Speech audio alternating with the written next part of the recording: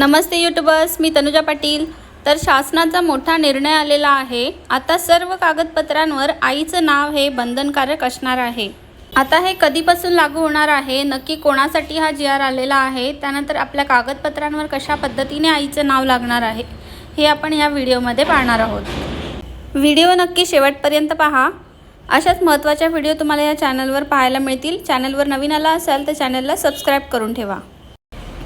तर मित्रांनो, तुम्ही इथे पाहू शकताय मंत्रिमंडळ निर्णय 11 मार्च 2024 चा आहे। या ठिकाणी शासकीय दस्तऐवजावर आईचे नाव बंधनकारक असणार आहे। तर आता बघा, आईचं नाव कशा पद्धतीने आपल्या डॉक्युमेंट्सवर असेल ते सुद्धा त्यांनी इथे सांगितलेलं आहे। तर शासकीय दस्तऐवजांमध्ये आईच्या नावाचा समावेश वेगळ्या स्तंभामध्ये न दर्शवता उमेदवाराचे नाव, आईचे नाव, नंतर वडिलांचे नाव व आडनाव अशा स्वरूपात नोंदवण्यात येईल। म्हणजेच आपलं जर 10वी-12वीचं रिझल्ट बघितलं तर त्या ठिकाणी आपलं पूर्ण नाव आणि आईचं नाव जे आहे त्याच्यासाठी वेगळा स्तंभ आहे, पण आता तसं नसणार आहे।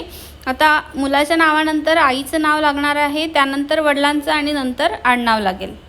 अशा स्वरूपात नोंदवण्याचे बंधनकारक करण्याचा मंत्रिमंडळाचा निर्णय झालेला आहे। तर आता हा निर्णय केव्हापासून लागू होणार आहे ते सुद्धा या ठिकाणी दिलेला आहे। तर हा निर्णय जो आहे 1 मे 2024 नंतर जे बालकं जन्माला आलेली आहेत त्यांच्या नावाच्या पुढे आईचं नाव लागणार आहे।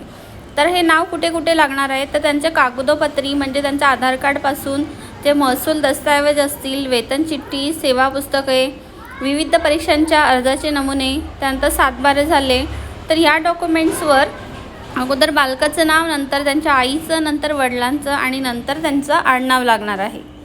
तर जेवढे काही शासकीय दस्तऐवज असतील त्यांच्या सगळ्या दस्तऐवजांवर ह्या लहान बालकांचं म्हणजे 1 मे 2024 नंतर जन्मालेले जे बालकं आहेत त्यांचं सर्वांचं नाव जे आहे ते ह्या पद्धतीने लागणार आहे।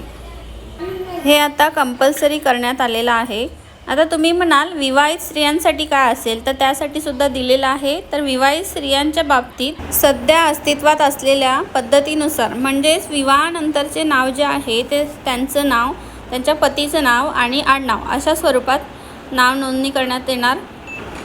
तर लग्ना अगोदरचं जे आईचं आणि वडिलांचं नाव असेल ते काढून तुम्ही तुमच्या पतीचं नाव लावू शकताय। त्यानंतर स्त्रियांना विवाहापूर्वीच्या नावाने मालमत्तेच्या दस्तऐवजावर नोंदणीची मुभा ठेवण्यास मान्यता दिलेली आहे। हा जो निर्णय आहे याचा जी.आर. 2-3 दिवसात आल्यानंतर पुन्हा आपल्या चॅनलवर तुम्हाला पाहायला मिळेल। तत्पूर्वी हा महत्त्वाचा जी.आर. सगळ्यांमध्ये शेअर करा जेणेकरून सर्वांना ही माहिती मिळावी। धन्यवाद।